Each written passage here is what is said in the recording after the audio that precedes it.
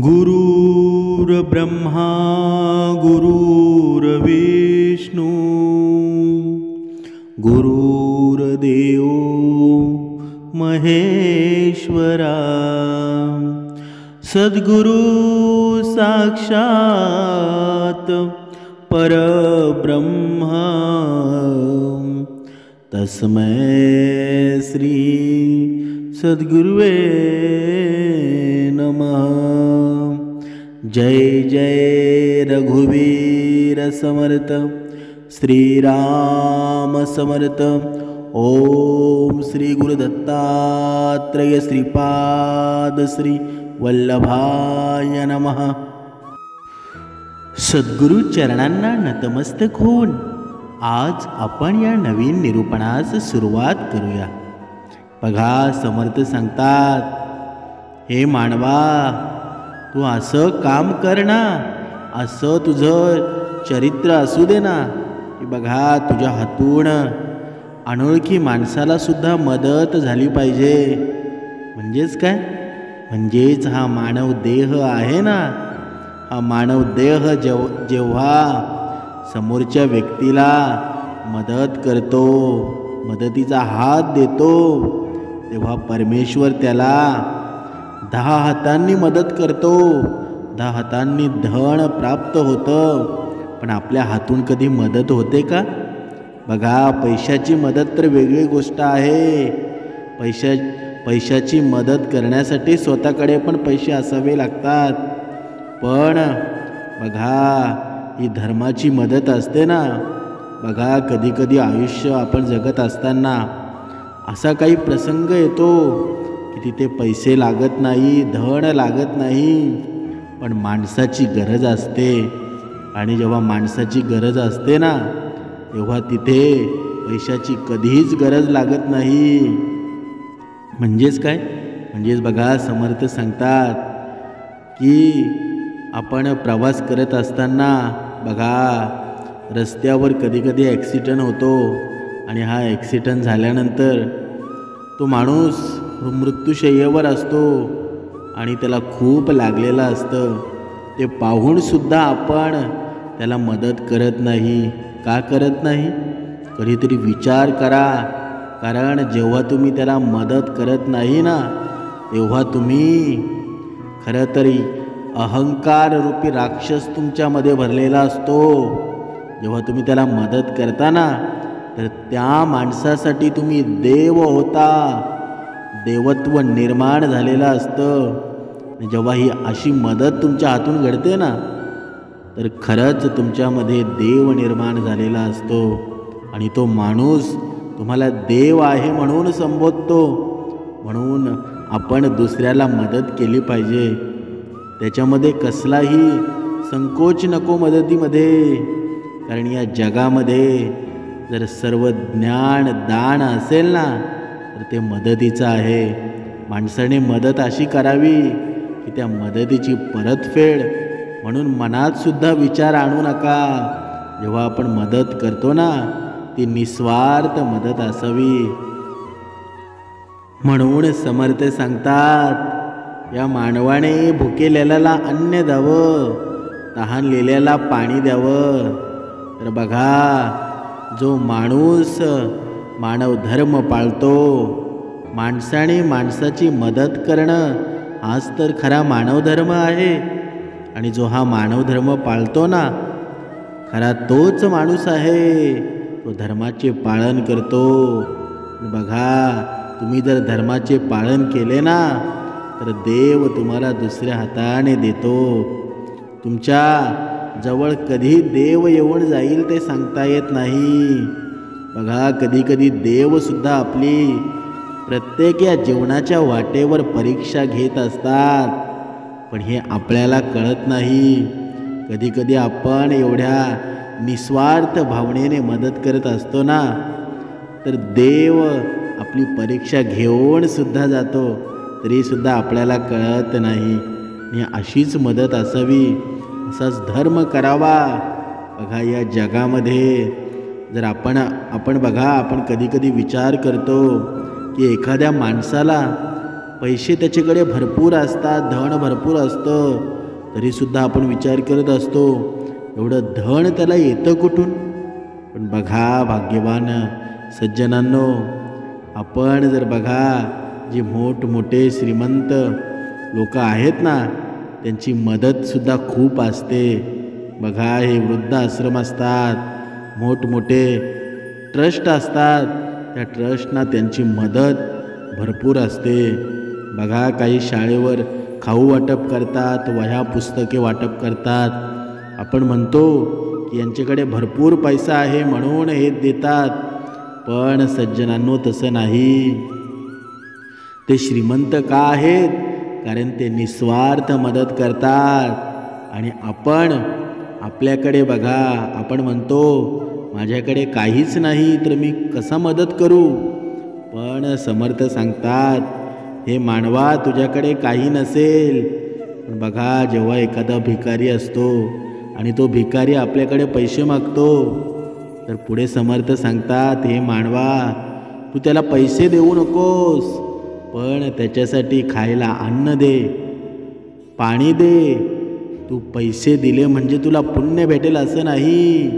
त्याची गरज काय आहे ते ओळख, पण त्याला रिकाम्या हाताने पाठवू नको. कधीकधी काय होतं बघा, आपण अन्न खात असतो आणि समोरचा भिकारी येतो आपल्याजवळ, तो आपल्याकडे मागतो तरीसुद्धा आपण देत नाही. बघा हे मुके प्राणी असतात ना, बघा कुत्रा झाला, मांजर झाली, कुत्र्याला बघा, कुत्र्याला तुम्ही एकदा अन्न दिलं ना, बघा 1 हप्ता असं ठेवा की त्या वेळेला अन्न द्या, आणि ते अन्नदान केलं ना तर कुत्रा ते कधीच विसरत नाही. या जगामध्ये श्वान एवढा हुशार आहे ना, तो कधीच विसरत नाही. तो तुमच्यावर संकट आल्यानंतर नक्की धावणार, पण तुमचं प्रेम तेवढं पाहिजे. म्हणून मुक्या प्राण्यांवर सुद्धा या माणसाने प्रेम करायला हवं. बघा संतांनी म्हटलेलंच आहे, वृक्षवल्ली आम्हा सोयरे. हे वृक्ष आहेत ना, हे आपले कुटुंब आहे. या वृक्ष जर वाढले ना तर बघा आपल्याला ऑक्सिजनची कधीच कमी होणार नाही. हे वृक्ष जणू काही मानवाला सांगत आहेत की मला जगव रे मानवा, कारण मी जगलो तर तू जगशील. पण हा मानव वृक्ष तोड करण्यामध्ये लागला आहे. म्हणून बघा समर्थांनी सुद्धा आपल्याला प्रत्येकाने वृक्ष लावले पाहिजेत, आणि आपण ते लावतसुद्धा आहोत. आपल्याला जेव्हा सुट्टी असते त्या वेळेमध्ये आपण सकाळीच वृक्ष लागवड करण्यासाठी जातो. आनंद वाटतो मनाला, आणि बघा आपण आनंदामध्ये ते करतो. नाहीतर या कलियुगामध्ये कुणी कुणाचं ऐकावं असा एक तरी मानव आहे का? आपण आपल्या आईबापाचं तरी ऐकतो का? बघा किती श्रेष्ठ माऊली आहे ही सद्गुरू माऊली, की तिच्या एका सांगण्यानं आपण सर्व काम करतो. पण समर्थ सांगतात हे मानवा तू जरी तिच्या सांगण्यानं काम करत असलास ना, पण तरीही तुझ्या आईबापाचं तू ऐकलंच पाहिजेस. सर्वात श्रेष्ठ माऊली तुझा आईबाप आहे. आईबापाशिवाय या जगामध्ये काहीच नाही. म्हणून बघा समर्थ सांगतात या संसारामध्ये, या जीवनामध्ये आपण जर दुसऱ्याला मदतीचा हात जर दिला ना तर देव आपल्यावर कृपा करतो. साक्षात देव आपल्याला मदत करतो. म्हणून आपण सर्वांना दाते व्हायला पाहिजे. पण आपण होतो का? तुम्ही विचार करा. बघा पुढे समर्थ सांगतात एकदा देवाने रात्री एका मोचीला स्वप्नात पाहिलं. बघा देवाने एकदा रात्री एका मोचीला स्वप्नात पाहिलं आणि सांगितलं की उद्या सकाळी मी तुझ्या दुकानावर तुला भेटायला येईल. मोचीने दुकान खूपच छोटे होते आणि त्याचे उत्पन्नही फार मर्यादित होते. जेवणाची भांडीही कमी होती.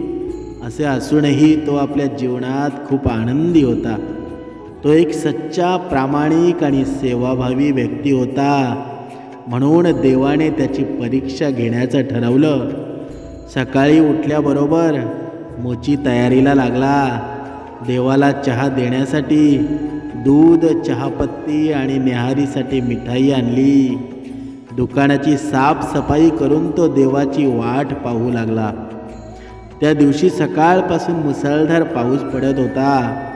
थोड्याच वेळाने त्याने पाहिले की एक सफाई महिला पावसाच्या पाण्यात भिजत होती आणि थंडी वाजत होती.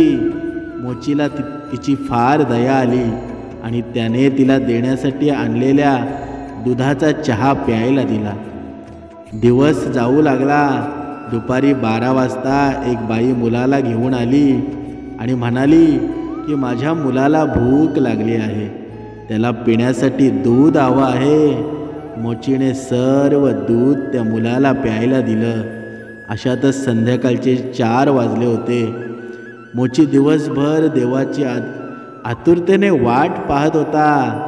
तेवढ्यात एक म्हातारा जो चालायला असह्य होत होता तो आला आणि म्हणाला की मला भूक लागली आहे आणि मला काही खायला मिळाले तर खूप मोठी कृपा होईल. त्याची असहाय्यता ओळखून मोचीने त्याला मिठाई दिली. अशातच दिवस निघून गेला. रात्र झाली. रात्र होताच मोचीच्या धीराचा बांध फुटला आणि तो देवाला ओरडला, अरे देवा, सकाळपासून मी तुझी वाट पाहत आहे. रात्र झाली पण वचन देऊनही तू आला नाहीस. मी गरीबच मूर्ख बनवायला भेटलो का आहे तुला? बघा, तो मोची म्हणतो की देवा, मी गरीब आहे म्हणून तू मला मूर्ख बनवतोय का?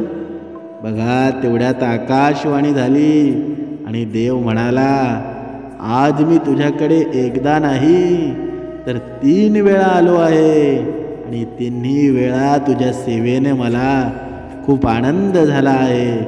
सामान्य माणसाच्या मर्यादेच्या पलीकडे आहे. बघा, म्हणजे काय? म्हणजेच बघा, समर्थ सांगतात, तुमच्या मदतीची गरज असलेल्या कोणत्याही असहाय्य व्यक्तीला तुम्ही मदत केली पाहिजे. कारण हीच ईश्वर मदत करणे हीच ईश्वर सेवा आहे असं शास्त्रामध्ये सांगितलेलं आहे. आणि जे मदतीची अपेक्षा करतात ना, गरजू आणि असहाय्य लोक पृथ्वीवर देवासारखे आहेत. ज्यांच्या सेवेनं शांततेत एक वेगळेच समाधान मिळते. म्हणजेच काय? म्हणजेच बघा, जेव्हा आपण जो संकटात असलेल्या माणसाची आपण मदत करतो तेव्हा कोणत्या ना कोणत्या रूपाने देव आपल्याला मिळत असतो. देव आपल्याकडून ते सेवन करून घेत असतो. पण आपण एवढ्या निस्वार्थ असलं पाहिजे की देव कधी आपल्या हातून खाऊन जाईल हे सुद्धा आपल्याला समजणार नाही. म्हणजेच विश्वास आणि श्रद्धा या गोष्टी जर आपल्यामध्ये असतील ना, तर बघा, आपल्याकडून ही सेवा नक्कीच घडली जाईल. जी माणसं दुसऱ्याला मदत करतात ना, ती खूप पुण्यवान असतात. म्हणजेच काय? पुण्यवान अशीच होतात का ती? तर ही मदत करून त्यांना पुण्य लागतं. बघा, दुसऱ्याच्या संकटामध्ये आपण देवासारखं धावून जाणं म्हणजे तुम्ही देवच आहात ना. म्हणून हे सुद्धा देवाला खूप आवडतं आणि हेच पुण्य आहे. बघा, कधी कधी एखादा माणूस असतो, एखादा सज्जन माणूस असतो, त्याच्या स्पर्शानं सुद्धा आपल्या आयुष्याचं सोनं होतं. बघा, कधी कधी आपल्या घरामध्ये आपले आईबाप असतात, आपले आजोबा असतात. बघा, त्यांच्या आयुष्यभर त्यांनी भगवंताची एवढी सेवा केलेली असते की बघा, ते आपल्या घरामध्ये जरी असतील ना तरी वातावरण बघा किती छान होतं. बघा, पुढे समर्थ सांगतात, आपल्या घरात कोणीतरी पुण्यवान व्यक्ती असते ना, ते असेपर्यंत आपल्या घरामध्ये कोणत्याही प्रकारचं नुकसान होत नाही. जोपर्यंत बघा, रामायणामध्ये हा प्रसंग घडलेला होता, जोपर्यंत बिभीषण लंकेमध्ये राहत होता ना, तोपर्यंत रावणाने पाप केले तरी बिभीषणाच्या पुण्याईनं रावण सुखी होता. बघा बिभीषणाचं कार्यच एवढं महान होतं ना, जरी तो त्या लंकेमध्ये सोन्याच्या लंकेमध्ये राहत होता, बघा या रावणाचे एवढे पाप झाले होते ना, की ते पाप एवढे झाले होते की त्याची सीमा राहिलेली नव्हती.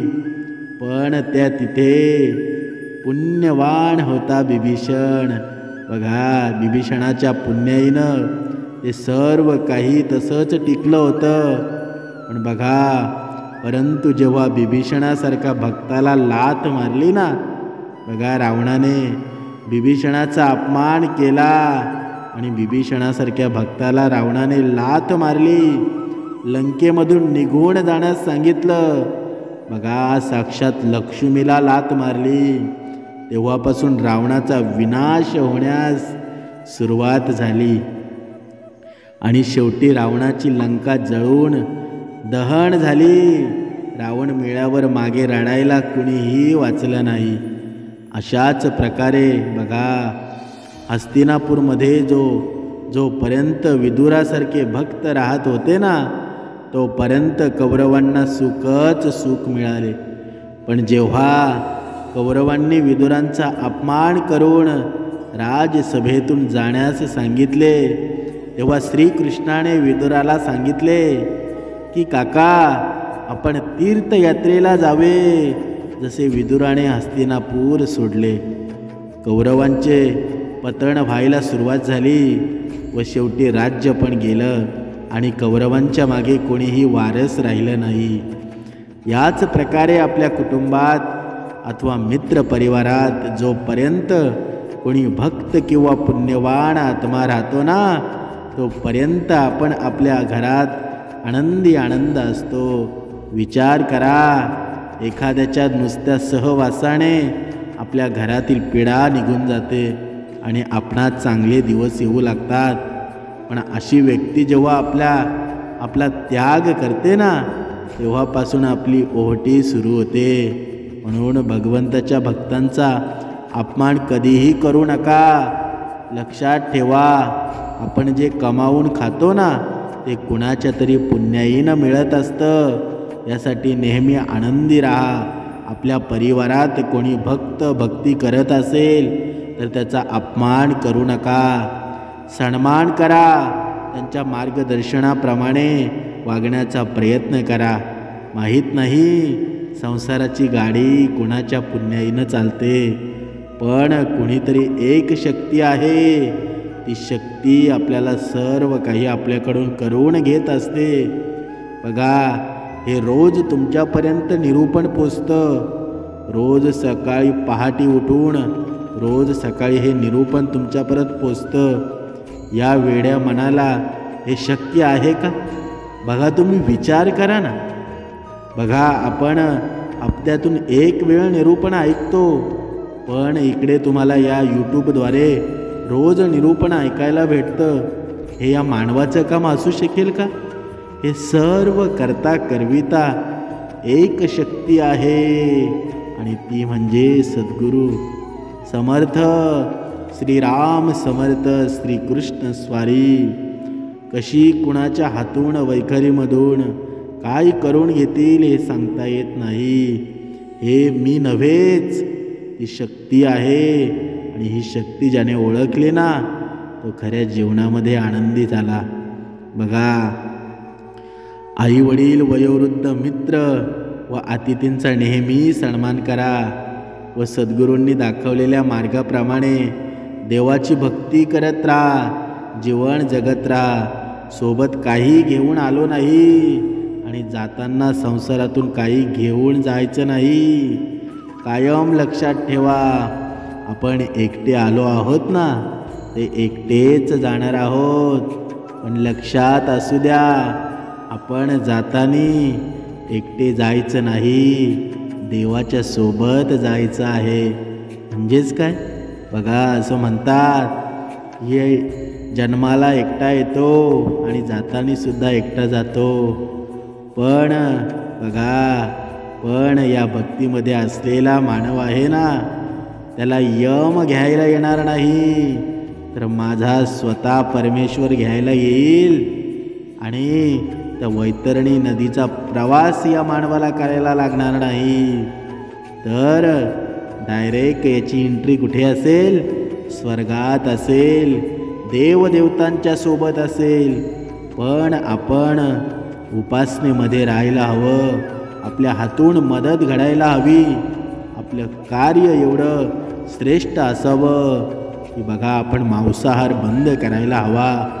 जेव्हा मांसाहार आपण बंद करू ना, तेव्हा खऱ्या जीवनाची मजा येणार आहे. या सर्व गोष्टी आपल्याला हळूहळू बंद करायच्या आहेत. बघा एकदाच बंद होणार नाही, पण प्रयत्न जर केले तर सर्व गोष्टी शक्य आहेत. बघा ज्यांना ज्यांना शक्य आहे ते मांसाहार भरपूर सज्जन भक्तांनी मांसाहार बंद केलेला आहे. बघा या मांसाहारामुळं आपल्या जीवनाची अधोगतीच आहे ना, पण तरीही मन आपल्या ताब्यात नाही. पण आता सर्व भक्तजन सज्जन हळूहळू प्रयत्न करत आहेत आणि हे प्रयत्न चालूच ठेवले पाहिजेत, तरच या देहाला कुठेतरी या विचारांची देणगी प्राप्त होईल.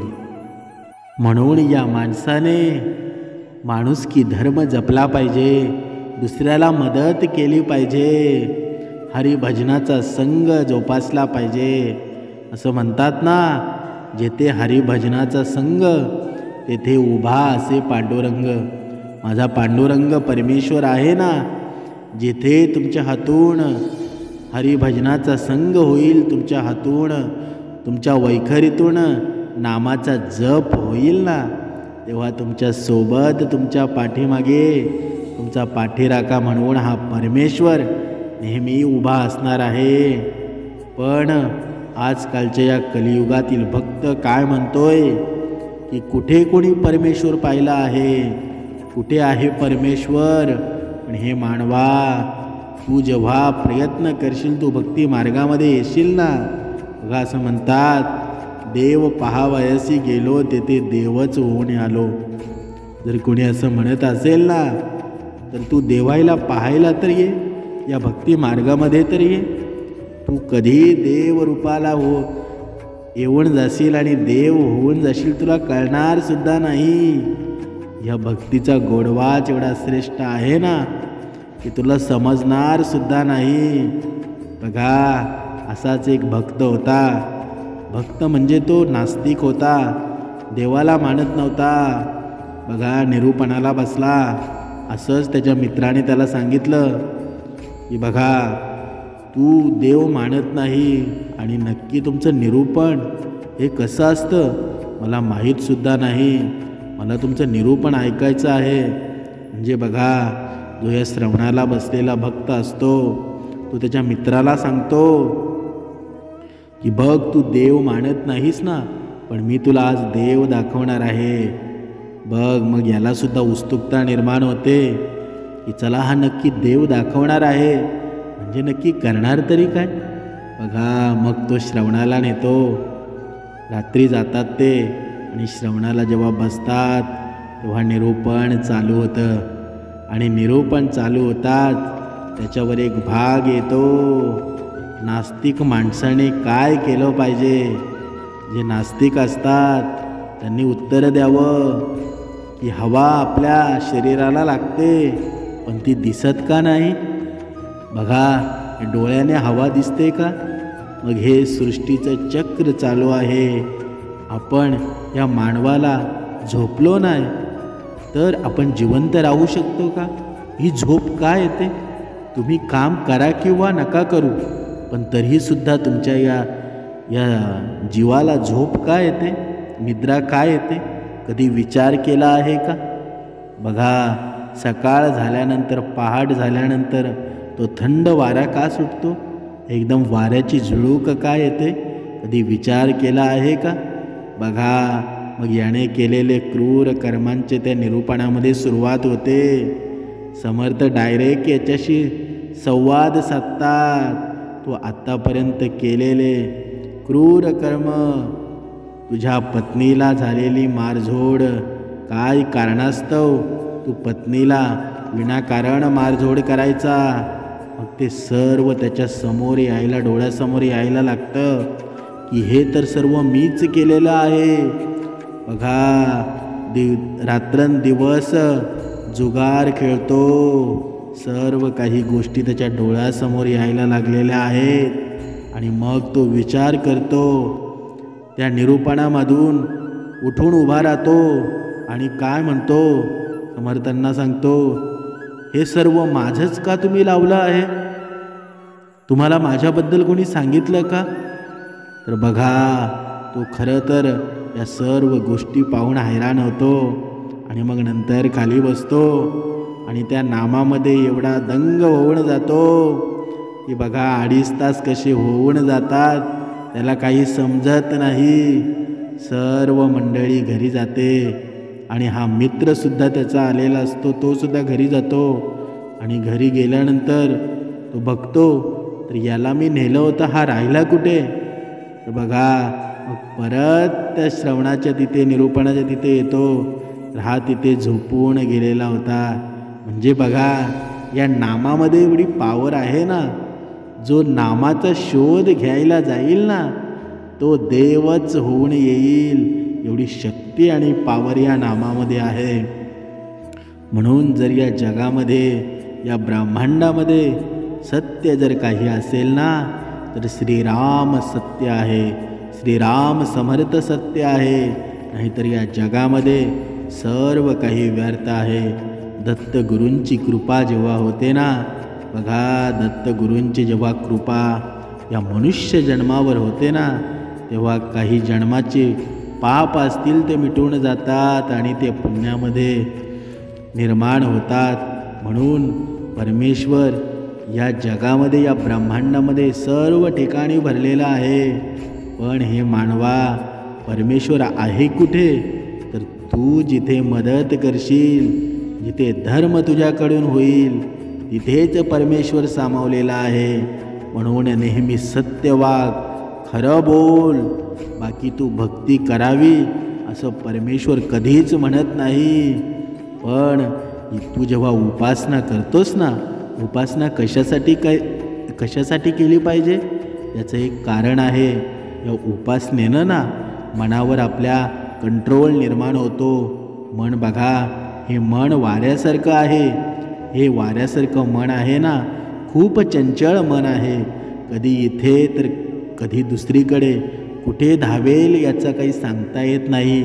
पण हे मन जर स्थिर असेल ना तर आपण या जीवनामध्ये संसारामध्ये योग्य निर्णय घेतो. आणि ज्याचं मन जर ताब्यात असेल ना तोच खरा देवरूपाला प्राप्त होतो. आणि खरंच त्याच्या हातून कधी वाईट कर्म होत नाही. कारण ज्याच्या हातामध्ये मन आहे ना, आणि हातामध्ये मन आपल्या कधी राहील तर आपण रोज उपासना केली ब्रह्ममुहूर्तावर आणि संध्याकाळी म्हणजे दिवसातून 2 वेळा जर आपल्या हातून उपासना झाली ना तर साक्षात तुम्ही देवरूपाला निर्माण होता.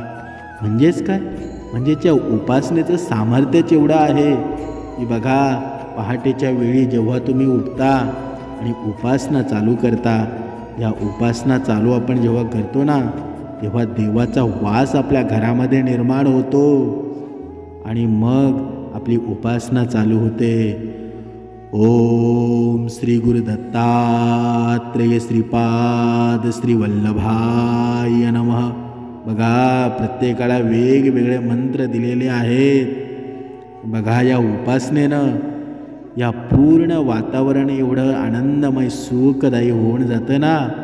म्हणून समर्थांनी सांगितलेलं आहे आपल्या घरामध्ये कधीकधी बघा आपले आजोबा आपले आईवडील एवढे पुण्यवान असतात ना, कधीकधी आपल्या घरामधून बघा ते निघून जातात तेव्हा आपल्याला जाणीव भासते. कधीकधी असा एखादा पुण्यवान व्यक्ती आपल्या जीवनातून निघून जातो तेव्हा बघा आपल्याकडे धन संपत्तीसुद्धा कमी होते, कमी व्हायला लागते. मग आपण म्हणतो की माझ्यासाठी हा लक्की माणूस होता, कारण जेव्हापासून ते माझ्या जीवनामधून निघून गेले ना तेव्हापासून मला अधोगती निर्माण झाली. म्हणजेच काय, म्हणजेच जे चांगले विचार, चांगला श्रद्धा, विश्वास तर बघा तुमच्या आजूबाजूला जर असेल ना तर तुमच्या जीवनाचं सोनंच आहे. आणि म्हणून या भक्तीची आपल्याला गरज काय आहे? तर जेव्हा या भक्तीमुळे आपल्या या कानांना, या पूर्ण शरीराला जेव्हा ज्ञान मिळतं ना, या जगामध्ये काय चाललं आहे, आपण कसं वागलं पाहिजे. बघा, कोणी सांगण्यानं कोणी सुधारत नाही, कारण एवढे मोठे कोणीच नाही. पण जेव्हा आपल्या या कानांना चांगले विचार ऐकू लागतात ना, ऐकू येतात ना, तेव्हा आपल्यामध्ये काय कमी आहे आणि काय केलं पाहिजे याची माणसाला जाणीव होते. आणि ही जाणीव तेव्हाच होते जेव्हा आपण दुसऱ्याचं, कुणाचं तरी चांगलं आहे हे आपल्या कानांना समजतं. म्हणून या आजच्या या कलियुगामध्ये कुणी कुणाचं ऐकावं एवढा कुणी शहाणा नाही. म्हणून इथे या ब्रह्मांडामध्ये एकच ही शक्ती आहे, एकच ही ऊर्जा आहे. ती ऊर्जानं पूर्ण ब्रह्मांड, पूर्ण समाजामध्ये एक ऊर्जा निर्माण झालेली आहे. आणि ती ऊर्जा एवढी प्रिय आहे, एवढी सात्विक आहे, सद्गुण आहे ना, की तुमच्यामध्ये ती ऊर्जा निर्माण झाली ना, ती तुमच्या जीवनाचं सोनं झाल्याशिवाय राहणार नाही. म्हणून जे देवाला आवडतं ना ते तुम्ही करा, तर तुमच्या जीवनाचं सोनंच होणार आहे. बघा, ज्याला मदत हवी आहे ना त्याला नक्की मदत करा, कारण त्याच्यातच तुमचं देव आहे. बघा, नुसताच पैसा, धन, संपत्ती असून चालत नाही. मदत करणारे व्हा, मदत देणारे व्हा, तुमचं सोनंच झाल्याशिवाय राहणार नाही. जय जय रघुवीर समर्थ.